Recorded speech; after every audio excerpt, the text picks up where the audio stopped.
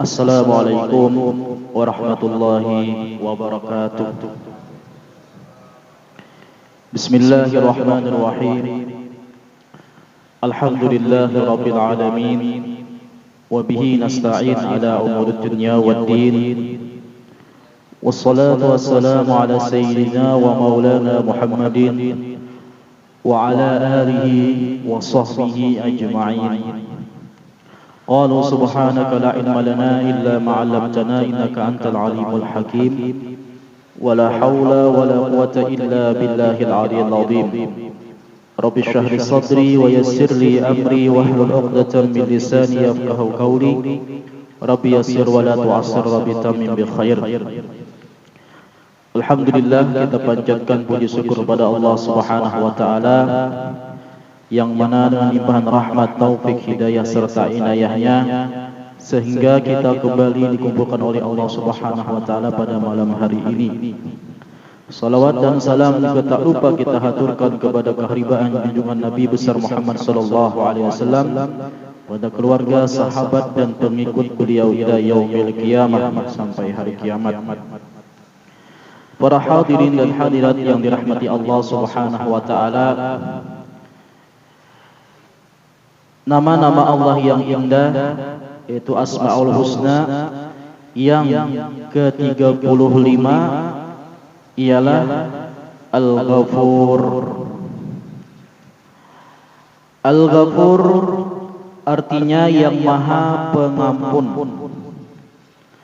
Maksudnya ialah Allah suka memberi ampunan dengan pengampunan yang sempurna. Kalau Allah Subhanahu wa taala mengampuni, Dia mengampuni seluruh dosa-dosanya, dosa-dosa hambanya. Nah, jadi Asmaul Husna yang ke-35 yaitu Al-Ghafur. Nah, sebelumnya atau yang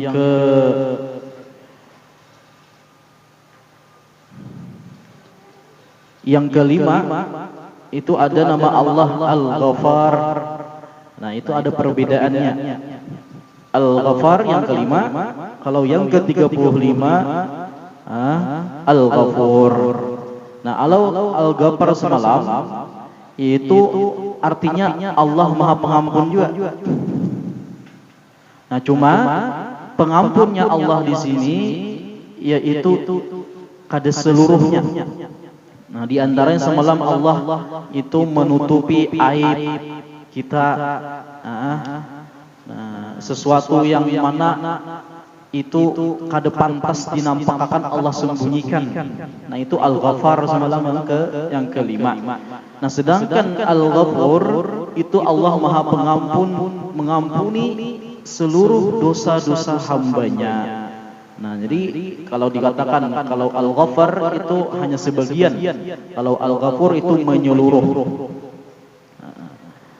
Dalam Al-Quran hampir 100 kali disebutkan nama Al-Ghafur ini yang menunjukkan bahwa Allah Subhanahu wa taala sangat pengampun. Nah, di dalam Al-Quran itu hampir 100 kali menyebutkan bahwa Allah Ta'ala Maha Pengampun, Al-Ghafur. Di antara firman-Nya, Nabi ibadi anni anna ghafurur rahim. Artinya, beri kabar kepada hamba-hambaku bahwasanya aku adalah Maha Pengampun dan Maha Penyayang. Dan firman-Nya lagi, Qul ya ibadiyalladzina asrafu ala anfusihim la taqnatu min rahmatillah innallaha yaghfiruz dzunuba jami'an innahu huwal ghafurur rahim. Artinya, katakanlah, wahai hamba-hambaku yang melampaui batas terhadap diri-diri mereka sendiri, janganlah kalian berputus asa dari rahmat Allah, bahwasanya Allah Subhanahu wa taala mengampuni seluruh dosa-dosanya, bahwasanya Dia Maha Pengampun lagi Maha Penyayang. Nah, itu di antara ayat yang 100 lebih di dalam Al-Quran bahwa Allah Ta'ala itu Al-Ghafur, Maha Pengampun. Nah, ayat-ayat ini yang kita sebutkan atau yang lain itu merupakan ayat apabila kita renungi, apalagi orang yang beriman dengan Allah, itu akan menambah kecintaan kita kepada Allah Subhanahu wa taala. Kenapa? Karena kita tahu maknanya bahwa Allah taala itu Al-Ghafur, Maha Pengampun. Nah, jadi timbul di dalam hati kita tuh ada raja namanya atau harapan. Harapannya apa? Dosa-dosa kita ini diampuni. Kenapa kita bisa Tuhan yang Maha Pengampun? Yang Maha Pengampun. Jadi ketika kita beriman dengan Allah Subhanahu wa taala, mendengar Allah Ta'ala Al-Ghafur, maka hati kita tuh bahagia, senang. Bisian Tuhan Al-Ghafur. Nah, itu kalau orang beriman. Tapi kalau orang nang durhaka lawan Allah Ta'ala, begitu mendengar nih, Allah Ta'ala tuh Maha Pengampun. Oh, Allah Ta'ala pengampun aja. Orang ahli maksiat nih, mereka tuh bukan berarti senang karena Allah Ta'ala tuh Maha Pengampun. Mereka senangnya selalu berbuat dosa. Nah, selalu melakukan dosa. Jadi mereka tuh semakin berani, semakin wani lawan Allah. Apabila orang yang durhaka ini mendengar Allah tuh pengampun, pemaaf.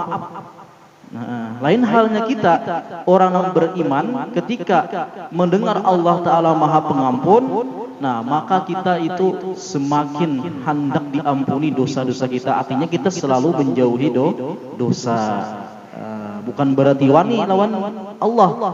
Nah, itu kalau orang beriman dengan Allah.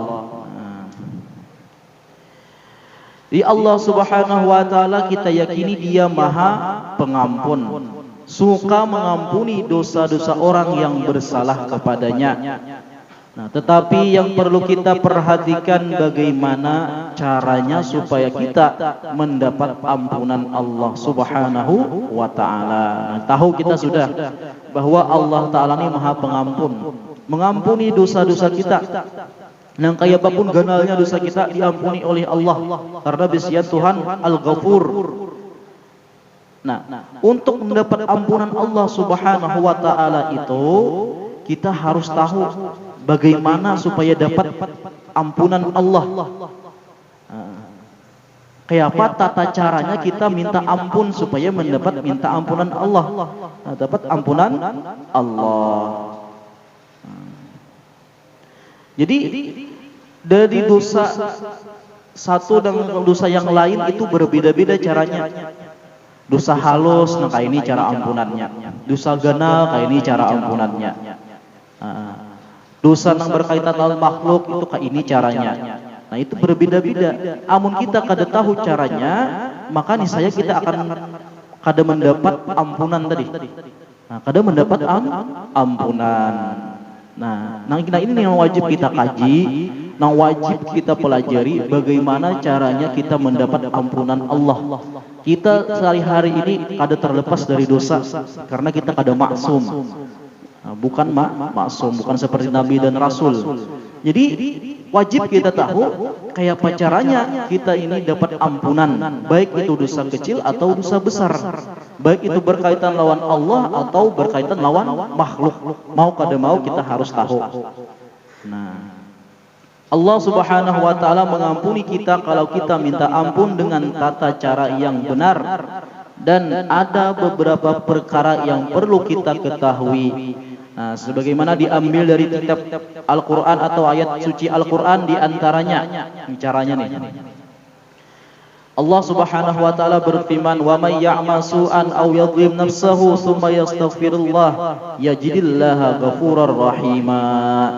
Nah, jadi cara pertama artinya barang siapa memperbuat kejahatan atau kezaliman terhadap diri mereka, kemudian mohon ampunan kepada Allah. Nah, dia memohon ampun kepada Allah, ia akan mendapati Allah Subhanahu wa taala yang Maha Pengampun dan Maha Penyayang. Nah, ini yang berkaitan dengan diri kita sendiri. kita menzalimi, kita nang berbuat dosa. Nah ini yaitu dengan istighfar. Cara ampunannya supaya dosa kita terhapus yaitu dengan istighfar, minta ampunan Allah. Astagfirullahaladzim, astagfirullahaladzim. Makanya kita disuruh setiap hari ini membaca istighfar minimal 70 kali. Kalau nyakawah 100 sehari, 70 atau sampai 100 sehari, kada banyak. 70 atau sampai 100 kali sehari. Nah, kadang tiap waktu 100 kada. Nah, kenapa? Karena tujuannya untuk menghapus dosa-dosa kita ini nih. Nah, dosa yang kita menzalimi diri sendiri yang hubungannya kita lawan Allah. Nah, dan bukan termasuk dosa yang terlalu besar. Nah, maka dosa itu apa yang kita nih terhapus dosanya dengan istighfar saja, dengan astagfirullah atau dengan zikir, dengan dibawa wiritan, itu terhapus dosanya. Nah, satu di antaranya yaitu dosa-dosa yang hanya dengan istighfar Allah mengampuni. Satu, kashful aurati, membuka aurat. Nah, kita lintuhut payak-payakan jangan, atau bebuangan.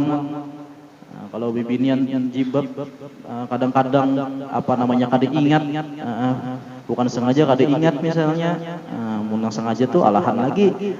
Nah, maka menghapus dosa ini kayak apa? Dengan beristighfar. Dengan beristighfar. Astagfirullahaladzim. Nah, buka aurat.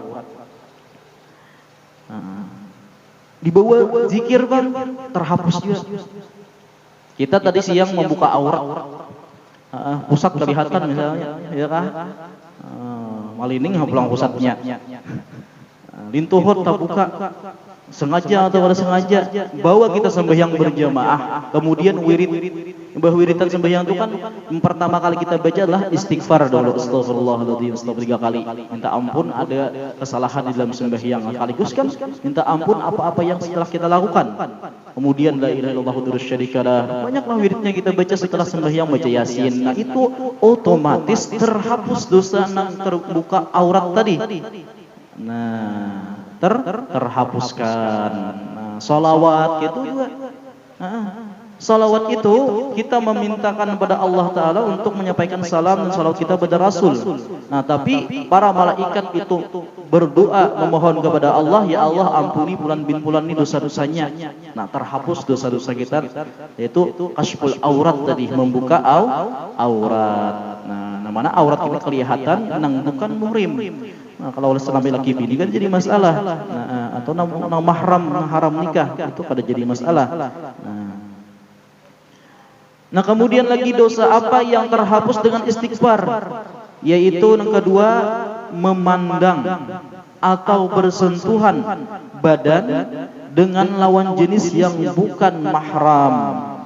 Melihat aurat orang. Nang membuka aurat berdosa, nang melihati berdosa juga.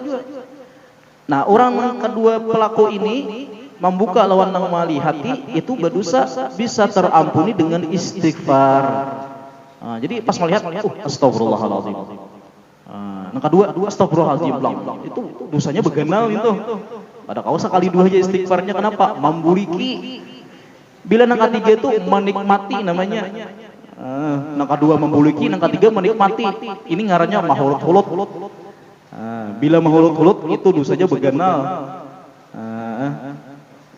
Jadi memandang aurat orang lain yang bukan mahram, dosa. Bisa terhapuskan dengan istighfar atau bersentuhan, menjepai kulit seorang yang bukan mahram bibinian misalnya. Dosa bisa terhapus dosanya dengan istighfar.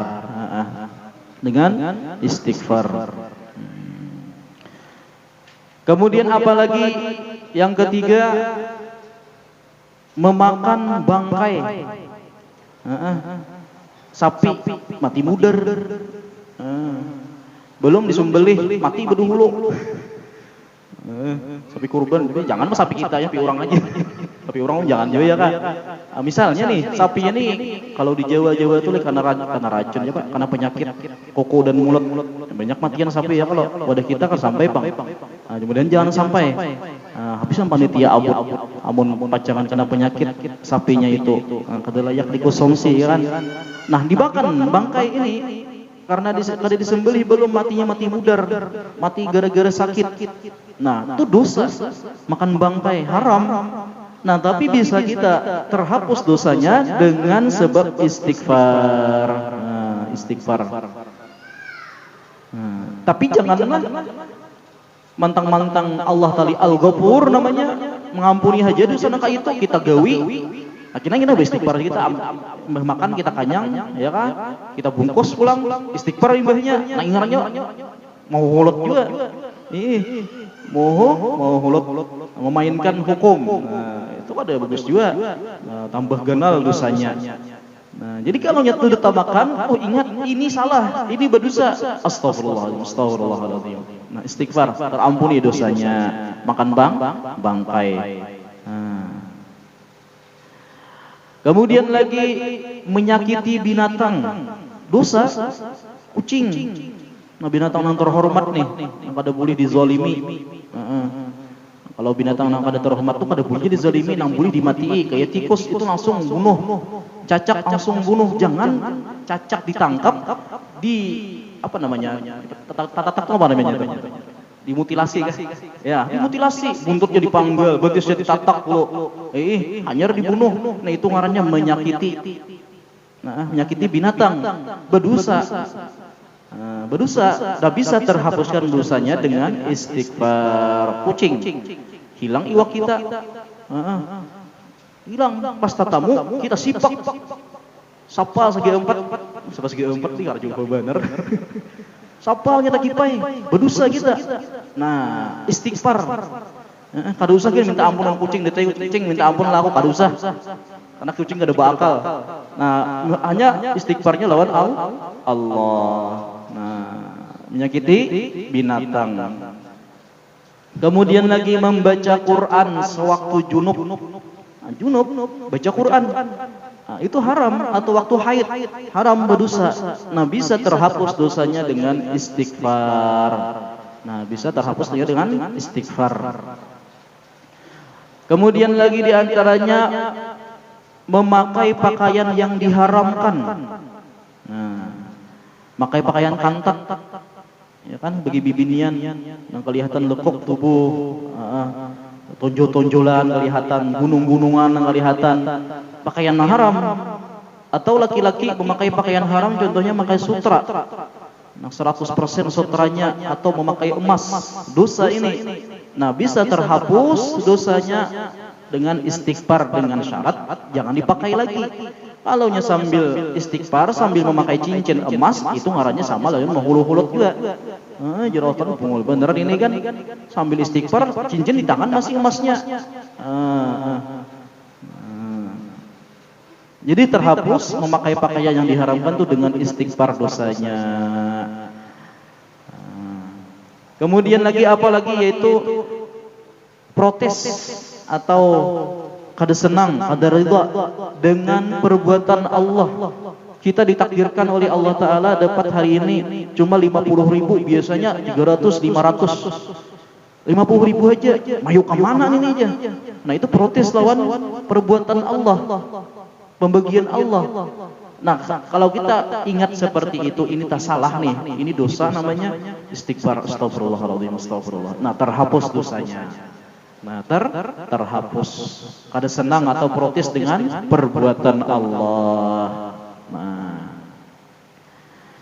Nah kemudian lagi yang kedua nih, dosa yang kedua nih, daripada Al-Quran diambil ayatnya, faman taba min ba'di zulmihi wa aslaha fa innallaha yatubu alaihi innallaha ghafurur rahim. Artinya, maka barang siapa yang bertaubat sesudah kezalimannya dan memperbaiki, maka bahwasanya Allah menerima taubatnya. Bahwasanya Allah Subhanahu wa taala Maha Pengampun lagi Maha Penyayang. Nah, dosa ini bisa terampuni nih Pertama, faman taba, orang yang bertaubat, minta ampun oleh Allah, istighfar, menyesal, kalau hendak mengulangi lagi. Kemudian wa aslaha, memperbaiki syarat yang kedua nih. Jadi kada cukup hanya istighfar, minta ampun oleh Allah Ta'ala, yaitu yang kedua harus digawi juga supaya dosa ini terampuni, memperbaiki. Nah, ini dosa ini yang berhubungan biasanya lawan makhluk. Minta ampun oleh Allah Ta'ala kada cukup, harus memperbaiki keadaan lawan makhluk itu. Nah, apa contoh dosanya di sini? Satu diantaranya ghibah, menguyak di orang. Nah, ini dosa nang kada diampuni oleh Allah Ta'ala kecuali pertama tobat, minta ampun lawan Allah. Kedua, memperbaiki aslah itunya, minta ampun lawan orang nang digibahi. Minta ampun, minta maaf lawan orang nang digibah. Datangi orangnya.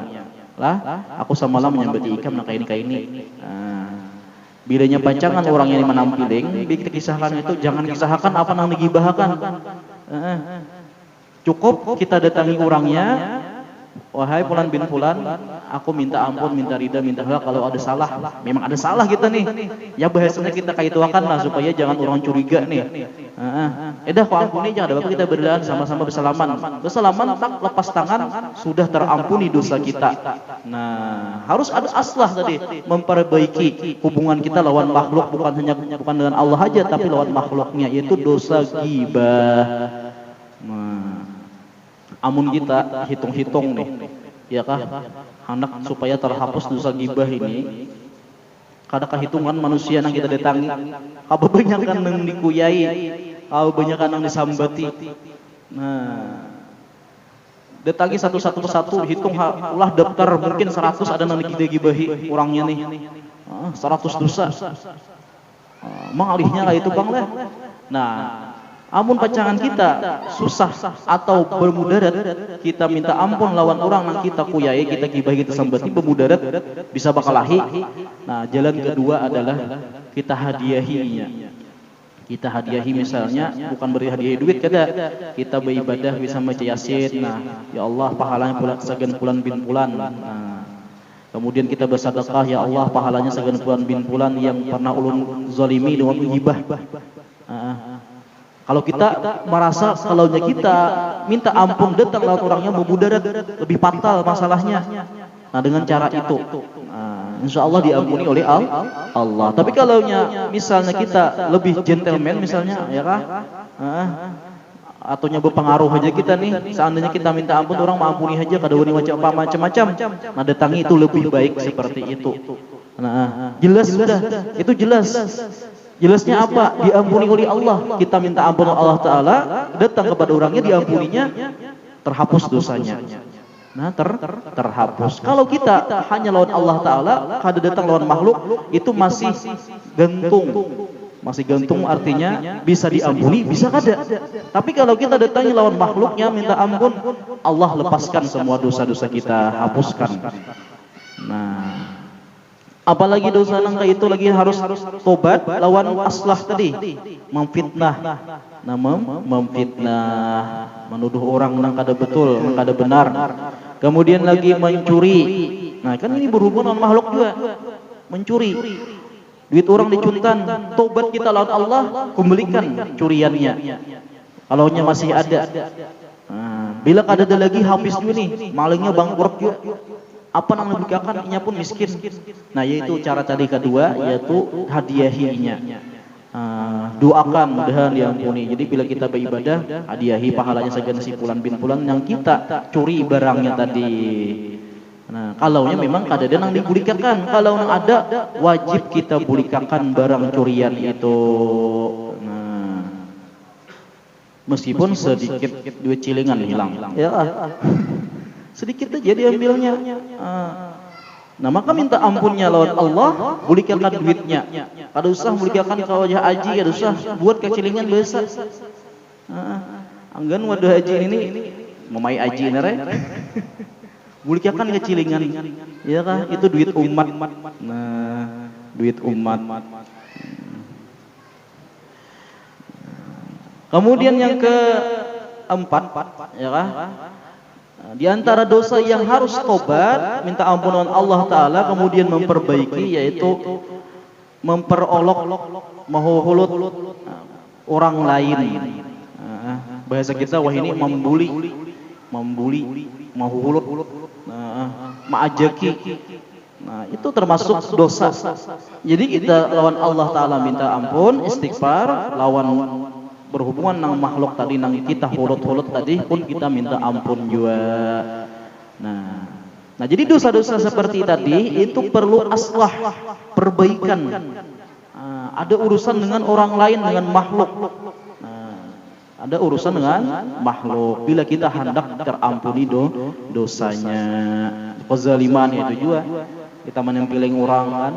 Nah, itu harus lawan makhluknya. Pada kalau kita lawan Allah Ta'ala, Allah ada tahu mungkin kada minta ampun lawan fulan bin fulan, aku kada mengampuni juga Allah. Nah, kemudian yang ketiga diambil daripada ayat Al-Quran juga. Nah, cara kita minta ampun daripada dosa-dosa yang disebutkan ini, Allah Subhanahu wa taala berfirman, "Annahu man 'amila minkum su'an bijahalatin summa taba min ba'dihi wa aslaha fa annahu ghafurur rahim." Barang siapa berbuat kejahatan, dosa artinya, di antara kalian lantaran kejahilan, kemudian ia bertaubat setelah mengerjakannya dan mengadakan perbaikan, maka sesungguhnya Allah Subhanahu wa taala Maha Pengampun lagi Maha Penyayang. Nah, ini dosa ini terampun dengan sebab satu tobat, minta ampun oleh Allah Ta'ala, kemudian aslah juga. Cuma aslahnya, perbaikannya, hubungannya dengan Allah, dengan makhluk. Nah, bila menggawi dosa ini, tobat. Yang kedua, aslahnya dengan Allah, berdamainya lawan Allah. Nah, dosa apa itu? Nah, harus tobat lawan aslah tadi, yaitu meninggalkan salat fardu 5 waktu. Tak tinggal sembahyang subuh, tobat. Kada sembahyang subuh, tobat, minta ampun lawan Allah Ta'ala. Dan aslahnya apa? Diqadha, dibayari. Amunnya kita tobat saja kada dibayari, kada diampuni oleh Allah. Kenapa? Karena syaratnya harus 2. Minta ampun lawan perbaikan. Perbaikannya apa? Dibayari, diqadha sembahyangnya. Kalau meninggalkan sembahyang, biar betul-betulnya itu menangis-nangis minta ampun tengah malam, tapi kada diqadha sembahyangnya, Allah kada mengampuni. Nah, tapi kalau sudah kita minta ampun oleh Allah Ta'ala, kita bayari sembahyang itu, kita qadha, nah hanyar diampuni oleh Allah. Kemudian lagi meninggalkan puasa.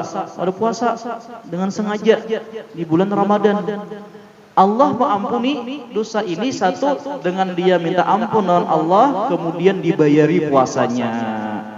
Nah, dibayari. Nah, kapan dibayari? Pasang niat, bila aku mampu membayar, aku bayari. Dituntut terus. Jadi imbah raya misalnya masih kada kawa puasa. Karena apa? Masih banyak open house gitu. Ya kan? Masih banyak makanan. Jadi kalau puasa ini kada makan, ayo kaina puasa. Napas lapang kawa puasa bayari. Nah, hanyar dosa meninggalkan puasa di bulan Ramadan dengan sengaja itu diampuni oleh Allah. Yang ketiga, meninggalkan zakat, kada bayar zakat. Nah, kada bayar zakat, kada bakalan Allah ampuni dosanya. Kalau inya hanya minta ampun tapi zakat kada dibayari. Tahu wayanya nih, tahun tadi kada berzakat, kada mengeluarkan zakat. Astagfirullah, minta ampun, menyesal, tobat ya kan. Tapi tetap satayu-tayunya kada dikeluarkan zakatnya. Kada dikeluarkannya. Maka ketika dia membayar zakat, Allah ampuni dosanya meninggalkan zakat. Kemudian yang keempat, menunda naik haji. Nah, duit ada, bulah rumah nang 1 M kawa. Nah, sedangkan berhaji misalnya kalau setoran 50 misalnya, atau 100, atau nang plus 100 200 misalnya. Nah, kalau mau rumah nang harga 1 M, nah ini ngarannya menunda-nunda haji. Kalau pendapat ulama lah, termasuk guru bakhit, Mudah-mudahan Allah yahfazmu dan Allah melindungi beliau Jasidin. Kalau kita nih beisian rumah ganal, larang harganya, dan mana kalau dijual rumah itu mampu kita naik haji maka jual rumah itu. Jadi rumah itu seadanya aja. Sisanya yang mana? Misalnya 1M tadi bisi rumah. Kalau kita jual 1M itu harganya nih, sisanya banyak lagi. Kalau kita masih mulai rumah nang harga 700-800 juta, masih mewah. Nah, kewajiban haji itu dituntut kalaunya kita seperti itu tuh kasusnya. Nah, kalau mau rumah tapi haji kada digawi. Nah, kada digawinya. Lain halnya sudah setoran haji, bangun rumah 1M, tinggal menunggu. Tinggal menunggu antrian, itu lain kisah. Ini memangnya kada ada setor, kada ada niat, kada ada tabungan. Nah, kada setor haji, bangun rumah ganal-ganal, maka ini orang termasuk dosa yang ganal, itu menunda haji. Kada diampuni Allah Ta'ala dosanya kecuali bertobat dan naik haji. Naik haji. Mudah-mudahan kita naik haji berataan. Amin. Nah, itu dosa yang harus tobat dan aslah harus diperbaiki antara kita lawan Allah dengan membayari napa nang kewajiban kita. Nah kemudian setelah kita meyakini bahwa Allah Subhanahu wa taala itu bernama Al-Ghafur, Maha Pengampun, tahu kepada kita, beriman sudah. Maka wajib sebagai orang yang beriman dengan Al-Ghafur itu wajib mempunyai akhlak pengampun, akhlak pemaaf. Kepada siapa? Kepada hamba-hamba Allah. Jadi pengampun, minta ampun tuh bahasa orang tua bahari, sampai wah ini dipakai oleh, ya kan, minta ampun kepada kekanakan, anak-anak atau orang yang dia lagi anom, masih anom, lawan orang tua bahasanya minta ampun, minta ridha, minta halal. Itu bahasa kita ta'aduban lawan orang tua. Nah, kalau kita nang tuha lawan kekanakan mungkin minta maaf aja bahasanya. Bahasanya, kalau minta ampun tidak ada apa-apa sebagai tanda tawadu.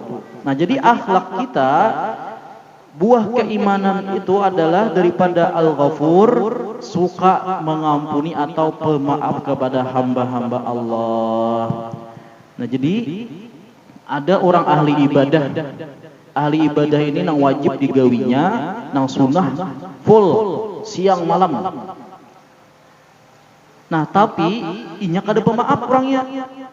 Akhlaknya kada bagus, kada pemaaf. Kalau orang ini kada pemaaf, berarti dalam hatinya ada dendam. Al-mu'min laisa bihaqud. Orang beriman itu bukanlah pendendam. Jadi bilanya ada pendendam orang beriman itu imannya kada sempurna. Kada sempurna, bahkan imannya kosong. Nah, zahirnya aja kayak beriman tapi munafik orangnya. Nah, jadi abid ini orangnya ahli ibadah,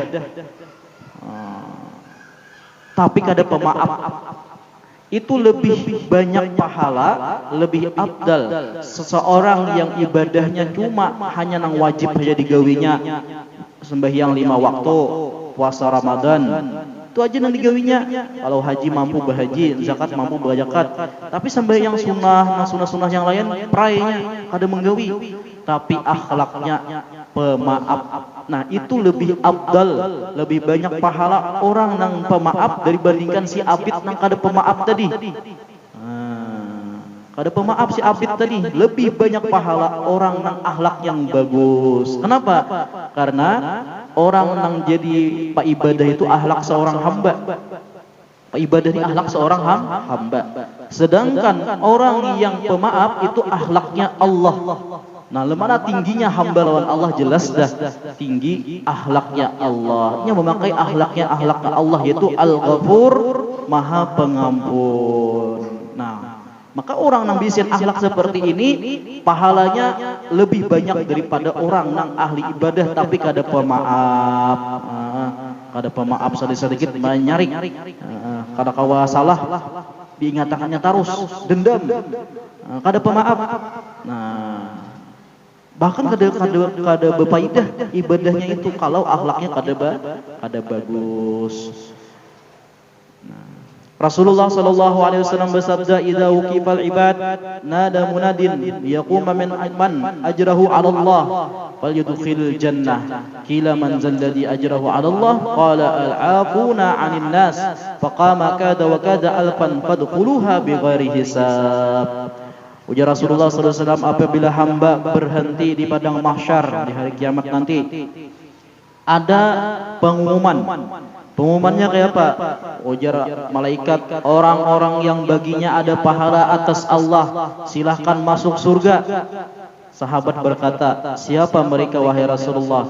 Jawab Nabi Muhammad, mereka adalah orang-orang yang suka memaafkan kesalahan orang lain.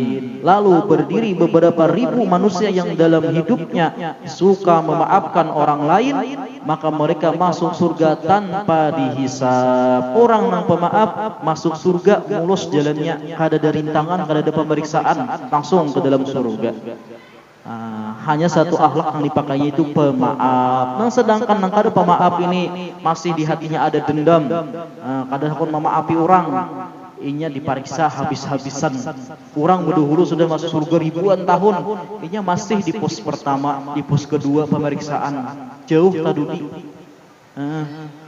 Untung-untung masuk surga juga. Kalau kada masuk surga, innalillahi wa inna ilaihi rajiun, sudah lapah dihisab, tak gugur ke neraka pulang.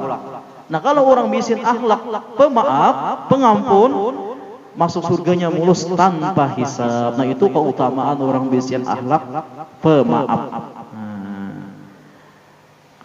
Nah, mengaplikasikannya, mengaplikasikan bahasa orang ini ya kan.